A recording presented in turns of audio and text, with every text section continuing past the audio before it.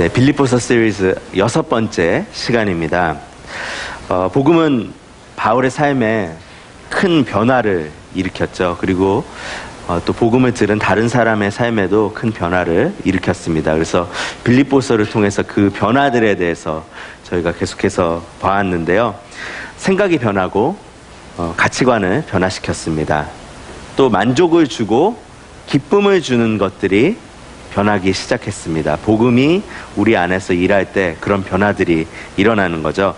그래서 이 변화들은 바울의 인생에 상황을 뛰어넘고 고난을 뛰어넘는 그 기쁨을 주었습니다.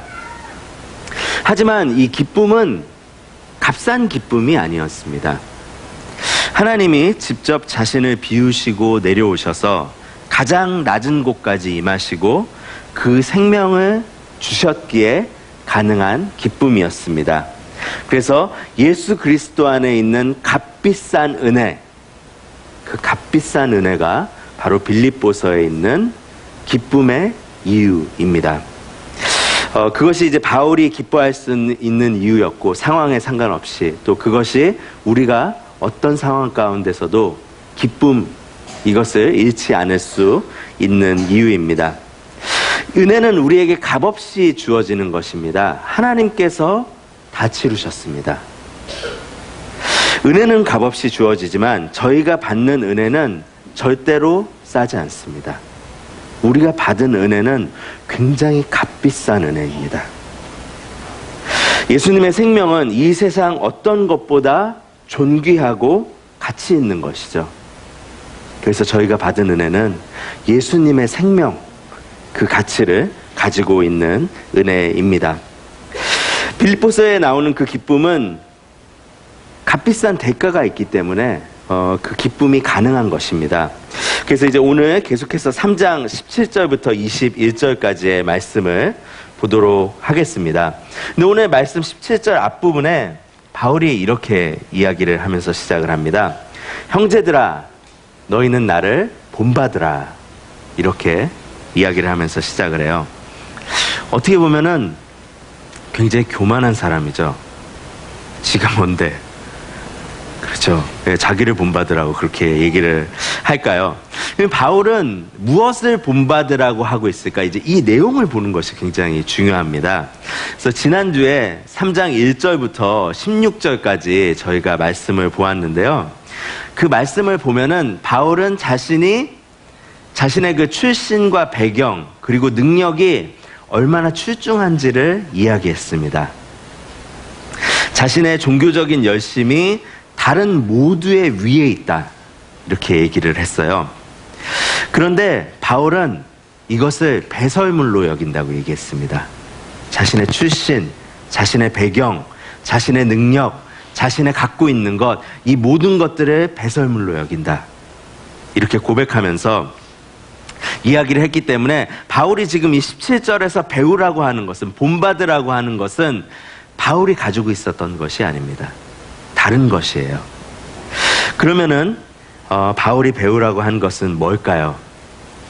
저희가 이것을 알려면은 빌립보서를 통해서 바울이 계속해서 강조하고 있는 것이 뭔지를 봐야 됩니다. 먼저 바울은 자신의 서신을 시작하면서 자신을 종이라고 표현했습니다. 종. 예수님이 이 땅에 종의 모습으로 오셨는데 예수님의 그 모습을 자신이 따라가고 있었던 거죠. 바울은 자신을 또한 복음의 메인자로 이야기하고 있습니다. 예수님이 드러나고 자신은 사라지는 자기 부인의 삶을 계속해서 빌립보서를 통해서 이야기하고 있었습니다. 그래서 내가 사는 것이 그리스도니 죽는 것도 유익이다. 그래서 그리스도만 드러나는 것에 대해서 빌립보서를 통해서 계속해서 강조하고 있습니다. 그래서 바울에서 일어난 일이 뭐냐면요, 바울은 자기 중심의 삶에서 그리스도 중심의 삶으로 그 중심축이 옮겨가는 것을 계속해서 빌립보서를 통해서 강조했습니다. 가장 큰 증거는 무엇이냐? 그것은 예수님 안에서 삶의 가장 큰 기쁨과 만족을 경험하는 가치관이었습니다. 그것을 보면은 얼마나 바울의 중심이 예수 그리스도 중심으로 옮겼는가, 이것을 알 수가 있는 것이죠. 그래서 17절에서 바울이 본받으라는 것은 이것이에요. 예수님 중심의 삶을 본받아라. Imitate my Christ-centered life. 이것을 이야기하고 있는 것입니다.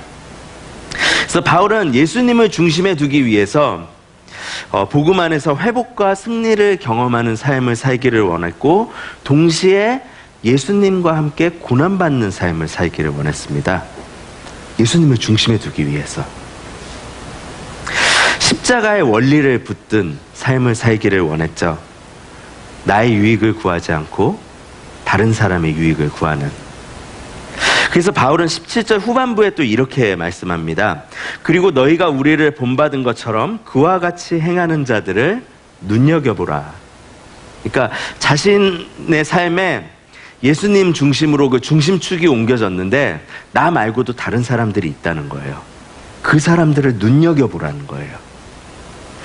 그래서 이 삶의 중심축의 이동, 이것이 바울이 본을 받으라는 바로 그 모범의 모습입니다. 저희가 이 공동체로 함께 살아가면서요, 서로를 격려하고 또 권면하는 그런 삶을 살아가게 됩니다. 오늘 말씀에서 바울이 말하고 있는 모범, 즉 예수님 중심으로 삶의 중심축을 이동하는 것은 공동체가 함께 붙들어야 되는 가장 중요한 원리입니다. 저희가 함께 기도하는 이유는 함께 예수님 중심으로 삶의 중심축을 이동하기 위해서입니다. 저희가 함께 헌신하는 이유는 예수님 중심으로 함께 삶의 중심축을 이동하기 위해서입니다. 저희가 헌금하는 이유는 예수님 중심으로 삶의 중심축을 이동하기 위해서입니다. 저희가 함께 양육하고 훈련하는 이유는 예수님 중심으로 함께 중심축을 이동하기 위해서입니다. 이 핵심을 놓치면은 가장 중요한 것을 놓치고 껍데기만 남는 것입니다. 제가 선교 훈련을 받으면서 배운 것 중에서 저에게 가장 큰 유익이 된 원리 중에 하나가 뭐였냐면요, 내 중심으로 생각하지 말고 내가 섬기는 사람 중심으로 생각하라 입니다. 이것이 선교 훈련을 받을 때 저에게 남은 가장 중요한 3가지 중에 한 가지였던 것 같아요. 내 중심이 아니라 내가 섬기는 사람 중심으로 생각하라. 그래서 누구든지 선교지에 나가면 제일 실수를 많이 하는 시간이 처음 1년입니다. 첫 해에 나가면은 나의 그동안의 신앙의 경험과 나의 생각이 있기 때문에 내가 생각하는 그 좋고 나쁨의 기준, 옳고 그름의 기준이 있거든요. 이거 중심으로 생각하고 사람들한테 그거를 막 강요해요. 선교지 분들한테. 첫 해에 이 실수를 제일 많이 합니다. 그래서 내가 가장 좋게 생각하는 경건의 습관들을 사람들한테 강요하고, 내가 가장 좋다고 생각하는 기준들을 그 사람들의 지금 삶의 모습을 생각하지 않고 그 기준을 딱 갖다 대는 거예요. 물론 좋은 습관을 물려주는 것은 큰 유익이 있습니다. 하지만 내가 가지고 있는 틀에 집착하게 되면 예수님 중심의 삶을 살아가도록 섬기고 격려하는 것이 진짜 핵심이라는 것을 잊어버려요. 그냥 틀만 강요하는 거예요. 틀을 통해서 무슨 일이 일어나야 되는지를 잊어버리는 거예요. 예수님 중심으로 살아갈 수 있도록 사람들을 격려하고 도와주고 붙들어주고 잡아주는 것이 진짜 핵심이다라는 것을 놓치는 거죠. 그래서 시간이 지나서 보면 나의 경험과 생각이 다른 사람들을 예수님 중심의 삶으로 나아가는데 오히려 방해가 된 부분이 있을 수 있구나라는 것을 깨닫게 됩니다. 그래서 다음 세대를 생각할 때도 이것은 굉장히 중요한 것입니다. 신앙의 유산을 저희가 이제 물려줘야 되죠. 이것은 굉장히 중요한 것입니다. 근데 신앙의 유산을 물려줄 때 저희가 할 수 있는 가장 쉬운 생각이 뭐냐면은 지금 하는 거 그대로 물려주는 거예요. 저희가 하고 있는 틀 그대로 주는 거예요. 물론 좋은 틀을 물려주는 것은 정말 큰 유익이 됩니다. 하지만 다음 세대들을 이제 호주에 살아가면서 다음 세대들은 이미 다른 문화권에서 살아가고 있습니다. 다른 경험들을 하고 있습니다. 우리의 다음 세대들은 이미 다른 라이프 스타일을 갖고 있어요. 삶의 패턴을 가지고 있어요. 그런데 3, 40년 전의 모습을 기초로 한 그 우리가 가지고 있는 틀을 그대로 강요하면은 맞지 않는 옷을 입혀버리는 거예요. 그래서 선교지에서 선교사들이 하는 그 실수를 하는 것처럼 저희가 다음 세대를 세울 때 이 실수를 할 수가 있는 거예요. 그들의 몸에 맞지 않을 수 있습니다. 그래서 신앙의 유산은 먼저 원리를 물려주는 것에 충실해야 됩니다. 예수님 중심으로 살아갈 수 있도록 그 원리를 계속해서 알려줘야 돼요. 그리고 그 원리를 붙들면서 그 친구들한테 가장 잘 맞는 옷을, 그 틀을 만들 수 있도록 도와주는 거죠. 그것이 이제 멘토링이고 그것이 그들에게 신앙의 유산을 물려주는 프로세스가 될 수가 있는 것입니다. 원리를 그대로 붙든 상태에서 가장 중요한 것을 붙들고 중요하지 않은 것들은 하나씩 세워나갈 수 있도록 도와주는 것이죠. 그래서 저희 삶에서 가장 중요하고 서로 격려하고 권면해야 되는 것은 예수님 중심으로 우리의 축을 이동시키는 것. 이것이 이제 저희가 붙들어야 되는 것입니다. 그래서 오늘 말씀에서 먼저 저희가 추구해야 되는 것이 무엇인가를 말씀했다면은 이어서 3장 18절과 19절은 저희가 싸워야 되는 것이 뭔가, 이것에 대해서 알려주고 있습니다. 18절과 19절을 저희가 함께 읽어보도록 하겠습니다. 시작. 내가 여러 번 너희에게 말하였거니와 이제도 눈물을 흘리며 말하노니 여러 사람들이 그리스도의 십자가의 원수로 행하느니라. 그들의 마침은 멸망이요 그들의 신은 배요 그 영광은 그들의 부끄러움에 있고 땅의 일을 생각하는 자라. 아멘. 18절에서 어떤 사람들이 십자가의 원수로 행한다 라고 말하면서 자신의 욕심을 채우는 모습, 세상의 가치관을 따라가는 삶, 이것을 경계하라고 쉬운 말로 풀이하면은 그렇게 이야기하고 있습니다. 근데 이게 한 명이 아니라 여러 명을 대상으로 말씀하고 있습니다. 그들이라고 얘기하는 거죠. 그래서 18절에 이러한 모습들을 십자가의 원수된 사람들의 모습이라고 아주 강한 표현을 쓰고 있거든요. 이것을 조금 짧게 이렇게 표현하게 되면은 나 중심, 우리 중심, 세상 중심의 가치관과 싸워야 된다. 이 얘기를 지금 바울은 하고 있는 것입니다. 그래서 나의 유익을 구하지 않고 다른 사람의 유익을 구하는 십자가의 중심 메시지에 계속해서 대적하는 게 뭐냐? 나 중심의 생각들, 가치관들, 우리 중심의 가치관들, 또 세상이 알려주는 그 가치관을 꼭 붙들고 있는 것들, 이것들이 십자가의 원수다라는 거예요. 십자가에 대적하는 모습이다라는 것을 바울이 이야기하고 있는 것입니다. 그런데 사실 나 중심, 우리 중심, 또 세상 중심의 가치관은 우리 모두에게 있는 모습입니다. 저희가 예수님 중심으로 축을 이동하지 않으면 자연스럽게 일어나는 일이 요 일입니다. 오늘 말씀에서 어떻게 우리 안에 일어나고 있는 나 중심, 우리 중심, 또 세상 중심의 가치관과 어떻게 싸울 수 있는가를 알려주는 말씀이 한 가지를 찾을 수 있는데요. 오늘 말씀 20절을 저희가 좀 함께 읽어보도록 하겠습니다. 시작. 그러나 우리의 시민권은 하늘에 있는지라 거기로부터 구원하는 자 곧 주 예수 그리스도를 기다리노니. 이 말씀이 뭘 얘기하냐면요, 바로 하늘나라의 시민권이 나 중심, 우리 중심, 또 세상 중심과 싸워낼 수 있는 능력이다라는 거예요. 하늘나라의 시민권.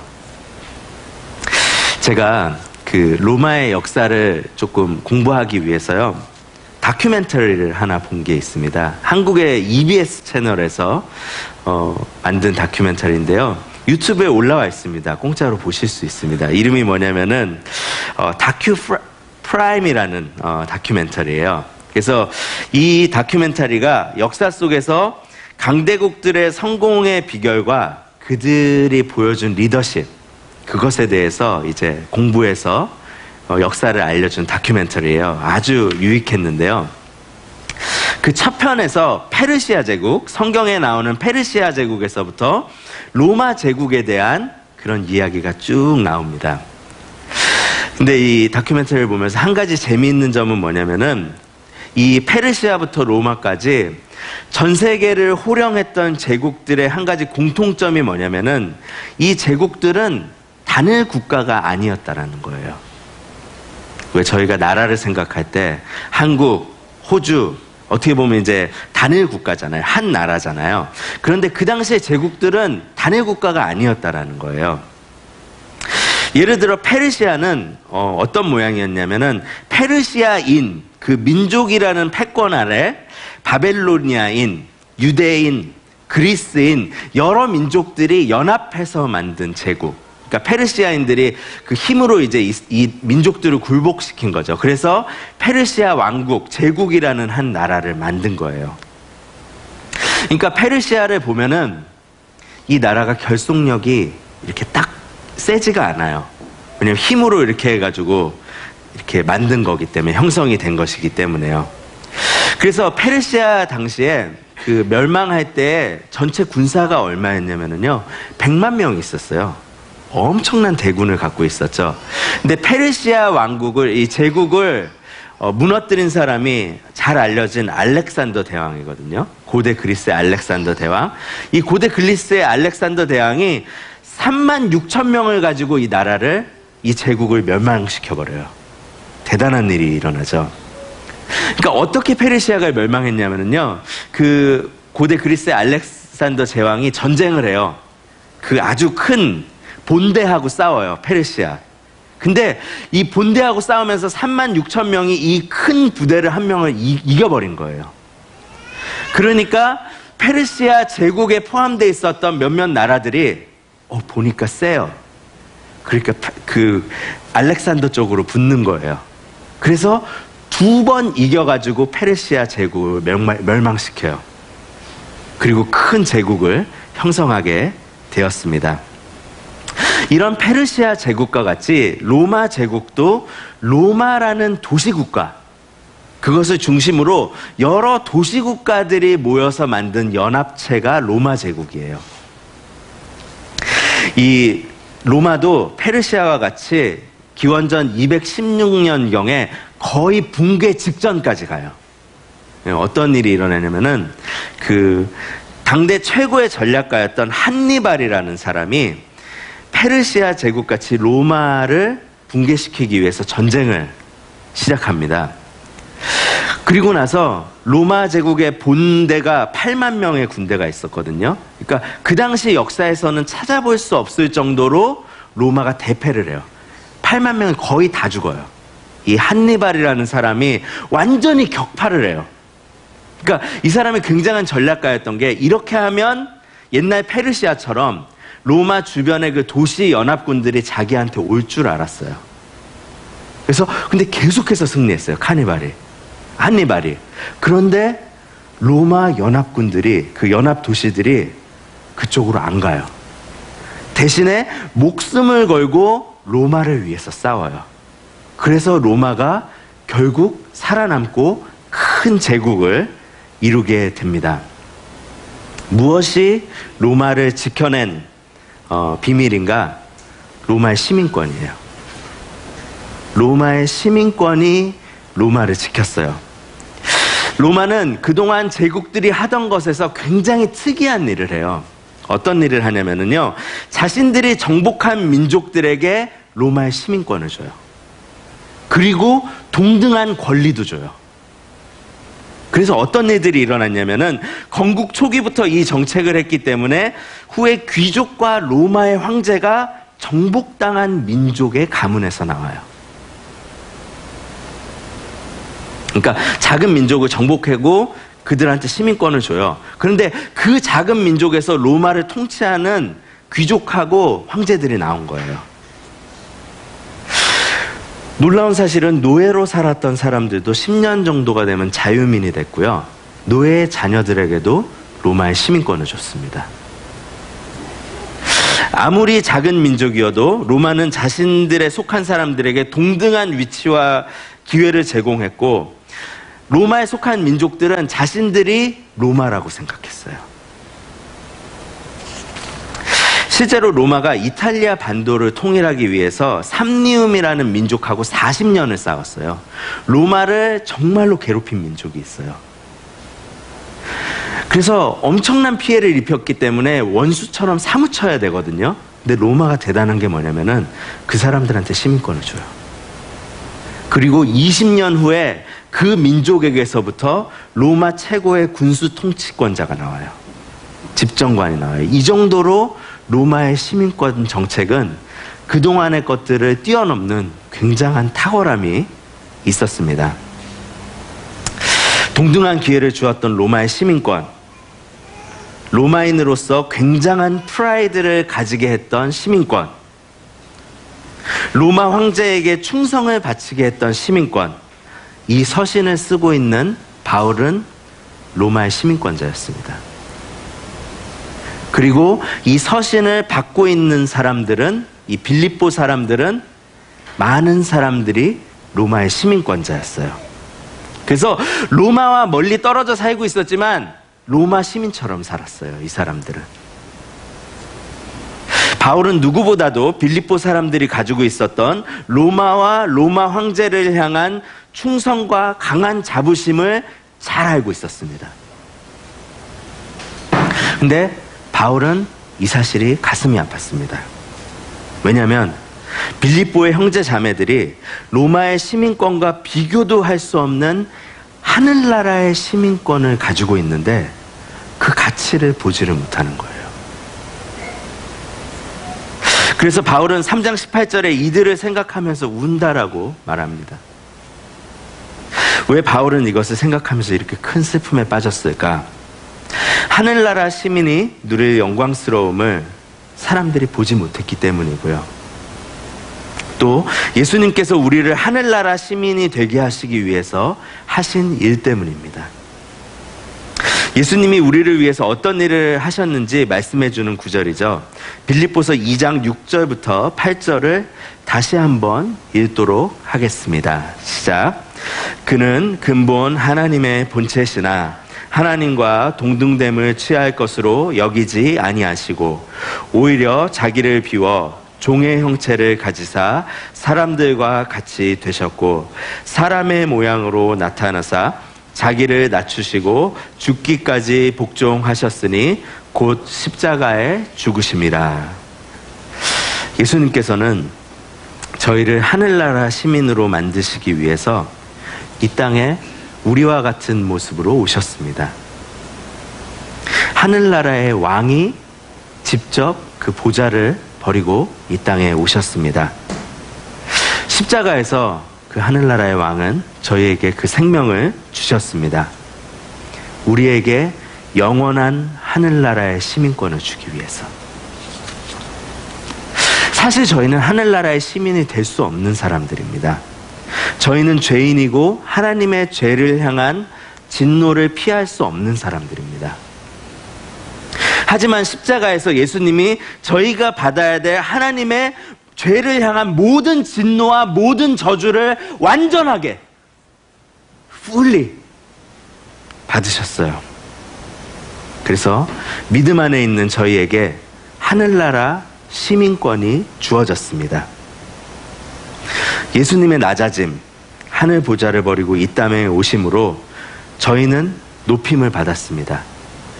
저희는 하늘 시민이 되었습니다. 예수님이 자신을 비우시고 가난해지심으로 저희는 하늘나라의 부요함을 소유할 수 있게 되었습니다. 복음을 들었지만 빌립보의 어떤 형제 자매들은 십자가의 원수의 모습으로 나 중심, 우리 중심, 또 로마라는 세상의 가치 중심으로 살아가고 있었습니다. 로마가 주는 가치를 굳게 붙들고 하늘나라의 가치를 버리는 삶을 살았습니다. 이것은 바울을 눈물 짓게 했습니다. 근데 오늘 20절에 우리의 시민권은 하늘에 있다. 이 구절의 시제가 뭐냐면 미래형이 아니에요. 현재형이에요. 오늘 우리가 하늘나라의 시민이다. 이것을 뜻하는 거예요. 그러니까 그 당시 빌립보 사람들이 멀리 로마에 있었지만 빌립보에 있으면서도 로마 시민으로 살았던 것처럼 우리가 하늘나라하고 멀리 떨어져 있지만 우리는 하늘나라 시민이라는 거예요. 이것을 오늘 말씀에 20절이 말씀해 주고 있습니다. 그래서 예수 그리스도 안에 있다면 저희는 이미 하늘나라 시민입니다.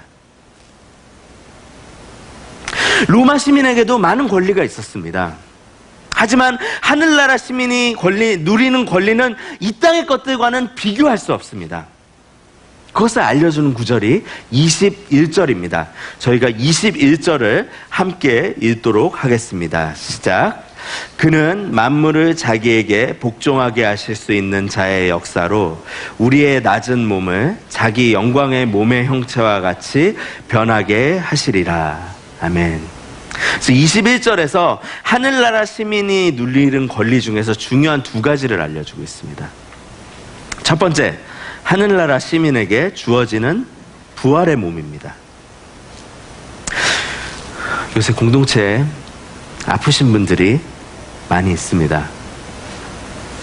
공동체에 어려움 가운데 있는 분들이 많이 있습니다. 성도님들의 아픔 가운데 할 수 있는 것이 많지 않아서 참 무력한 시간을 보내고 있습니다. 마음이 많이 어려운 시간을 보내고 있습니다. 하지만 오늘 말씀의 근거에서 한 가지 없어지지 않는 소망을 나누고 싶습니다. 하늘나라 시민은 부활하신 예수님처럼 완전한 몸을 가지게 될 것입니다. 이것이 오늘 21절이 얘기하는 거예요. 저희가 속한 하늘나라는 아픔이 없는 것입니다. 저희가 속한 하늘나라는 죽음이 없는 곳이에요. 완전한 몸을 가지고 영원하게 살아갈 것입니다. 그것이 하늘나라입니다.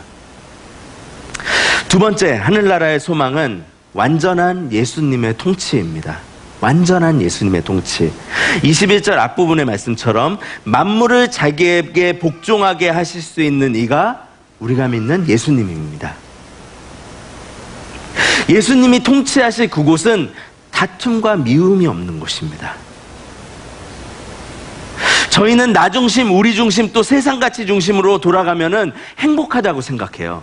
그것이 내 삶을 행복하게 해줄 거라고 생각해요. 하지만 아니에요. 내가 아무리 잘 되고 나의 가족과 삶을 같이 하는 내가 아무리 잘 돼도 내 주변에 내 가족과 내 주변에 있는 사람들이 아프면은 나는 결코 행복할 수 없어요. 우리가 아무리 잘 돼도 우리의 주변의 이웃들과 우리 주변의 이웃들이 아파하고 고통받으면 우리는 절대로 행복한 삶을 살아갈 수 없어요. 나 중심, 우리 중심은 절대로 우리에게 행복한 삶을 줄 수 없어요. 저희는 그것을 알아야 됩니다.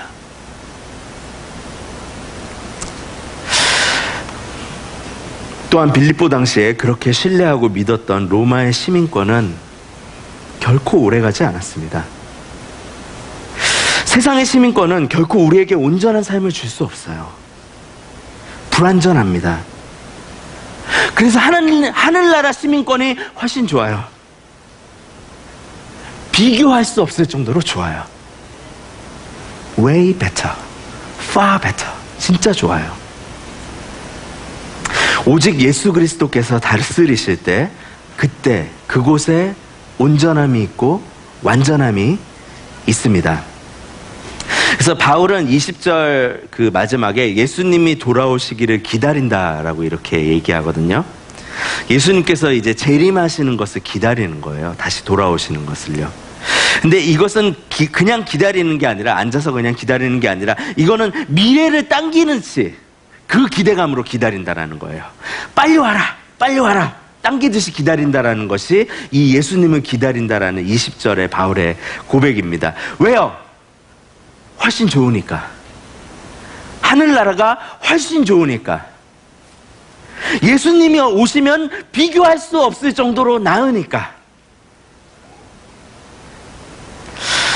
그래서 이 하늘나라, 예수님이 돌아오실 때 이루어지는 하늘나라가 얼마나 좋은지를 존 메가더 목사님이 이것을 참 잘 설명해 주셨거든요. 그걸 제가 좀 나누겠습니다. 먼저 저희가 앞에서 본 것처럼 예수님이 돌아오시면 저희가 완전한 몸을 가지게 됩니다. 부활한 그 몸을 가지게 돼요. 부활의 몸을. 물론 우리 안에서 이미 새 창조가 일어났어요. 우리 안에 속사람은 새로워지고 더욱더 예수님을 닮아가는 그 모습이 일어나기 시작했습니다. 하지만 우리가 입고 있는 육체는 완전하지 않아요. 우리에게 고통이 있습니다. 우리에게 아픔이 있습니다. 우리 안에는 아직도 죄성이 있습니다. 우리가 가지고 있는 육체는 완전하지 않습니다. 그런데 예수님이 돌아오신다라는 것은 믿음 안에 있는 우리한테는 진짜 굿뉴스예요. 완전한 거를 갖게 되거든요. 예수님 안에 있는 사람들에게는 마침내 완전한 몸을 입는 영광스러움을 입는 시간, 그것이 예수님이 돌아오는 때예요. 진정한 자유를 경험하는 시간입니다. 죄로부터, 죽음으로부터, 아픔과 고통으로부터, 시험과 유혹으로부터, 결핍으로부터 자유한 완전한 거룩한 모습을 가지게 될 것입니다. 놀라운 사실이에요. 놀라운 사실이에요. 더 이상 실패가 없는 곳이고, 더 이상 실망이 없는 곳이고, 더 이상 눈물이 없는 것이고, 더 이상 미움이 없는 것이고, 다툼이 없는 곳입니다. 완전한 사랑과 완전한 깨달음과 완전한 기쁨과 완전한 평화가 있는 곳, 그곳이 저희가 기다리고 있는 하늘나라, 새 하늘과 새 땅입니다. 죄가 없는 삶이 어떤 것인지, 완전한 사랑 가운데 사는 것이 어떤 것인지, 완전한 기쁨 가운데 살아가는 것이 어떤 것인지, 결핍이 없는 삶이 어떤 것인지 아직까지 경험 안 해봐서 잘 모르겠습니다. 그런데 한 가지 알 수 있는 것은 무엇보다 우리가 상상하고 기대했던 것보다 더 좋은 것이 오고 있는 것입니다. 무엇을 기대하던 그 이상이 우리를 기다리고 있는 거예요. 저희가 유교적인 사후관을 갖고 있기 때문에 저희가 이 영혼의 삶을 지루하다라고 생각하는 경우가 많아요. 예수님이 돌아왔을 때 부활의 몸을 입으면 지루하지 않을까? 이 땅에서 더 즐겨야 되지 않을까? 이 생각을 갖고 있는 경우가 많은데요. 신약의 부활한 예수님의 모습을 보시기 바랍니다. 예수님은 걸으셨고, 예수님은 제자들과 대화하셨고, 예수님은 음식을 드셨습니다. 예수님은 제자들과 교제하셨습니다. 저희 동양인들이 가지고 있는 사후세계관, 이렇게 영이 날아다니고 이런 게 아니에요. 부활한 예수님이 보여주신 새하늘과 새 땅의 모습은 익사이팅한 거예요. 그 예수님이 돌아오시는 것, 기대할 만한 것입니다. 저희가 사도신경으로 매주 고백하듯이 몸이 다시 사는 것과 부활의 영원한 몸을 입게 될 것입니다. 완전한 만족을 경험하는 삶이 기다리고 있습니다. 그때가 예수님이 돌아오시는 때입니다. 지금 이 땅의 만족과 비교할 수 없는 완전함이 이루어질 것입니다. 그래서 말씀을 마치면서요, 저희가 오늘 바울의 고백처럼 예수님이 오시기를 간절히 기다리면서 동시에 저희가 아직 예수님을 모르는 분들을 위해서 기도하고 섬겨야 됩니다. 예수님은 저희를 위해서 십자가에서 하나님의 죄인들을 향한 모든 진노를 받으셨어요. 예수님이 받으셨어요, 이미 저희를 위해서. 그래서 예수 그리스도 안에 있는 사람들은 자유합니다. 하지만 예수님을 믿지 않는다라는 것은 예수님이 대신하신 그 일을 받아들이지 않는 거예요. 예수님을 믿지 않는 분들을 기다리고 있는 것은 하나님의 그 죄인들을 향한 영원한 진노입니다. 예수님을 떠나 세상에 붙들린 사람들을 생각하며 바울이 눈물 지을 수밖에 없었던 이유. 하지만 바울은 울고 있지만 않았습니다. 그는 예수님의 복음을 전하는 일에 자신의 생명을 조금도 아깝게 생각하지 않았습니다. 어떻게 우리가 예수님을 모르는 분들에게 예수님을 전할 수 있을까? 하늘나라의 소망을 보게 할 수 있을까? 오늘 본문만으로 본다면 가장 중요한 메시지는 저희가 하늘나라 시민으로 살아가는 거예요. 땅의 것을 바라보며 살아가지 않는 거예요. 앞으로 다가올 그때를 기대하면서 살아가는 거예요. 그게 예수님을 전할 수 있는, 세상과 하늘나라가 어떻게 다른지를 사람들에게 계속해서 보게 할 수 있는 그런 메시지를 계속해서 전할 수 있는 것입니다. 그래서 영원한 것을 위해 투자하고 살아가는 모습이 우리에게 필요합니다. 그때 우리의 삶은 완전히 다른 삶의 모습을 이 땅 가운데 드러내게 될 것입니다. 우리가 살고 있는 이곳은 진짜 집이 아닙니다. 저희는 이 땅에서 나그네입니다. 우리를 기다리고 있는 집이 있어요. 더 완전한 집, 완벽한 집, 예수님의 그 통치 아래서 부활의 그 몸을 입고 죄가 없는 곳, 아픔이 없는 곳, 죽음이 없는 곳, 그곳에서 영원히 살 수 있는 그 집은 우리 앞에 지금 기다리고 있습니다. 이 땅에서 나그네의 삶을 살아가십시오. 이 땅에서 우리 스스로를 너무 편안하게 만들지 마십시오. 이곳이 우리가 영원히 머물 곳이 아니에요. 오늘 예수님을 신실하게 믿고 의지하지만 하나님의 사람들에게 아픔이 있고 고난이 있습니다. 하지만 여러분, 기대하십시오. 하나님이 이 모든 눈물을 닦아주실 날이 반드시 옵니다. 예수님은 반드시 돌아오십니다. 이 산소망, 리빙 호프를 붙드십시오. 부활의 몸을 입고 입을 그 날을 기다리십시오. 기대하십시오. 마지막 날을 손꼽아 기다리십시오. 그 산소망으로 오늘 이 땅에서 나그네의 삶을 살아가십시오. 영원한 것에 투자하는 저희 삶, 저희 공동체가 되기를 기도합니다. 기도하겠습니다.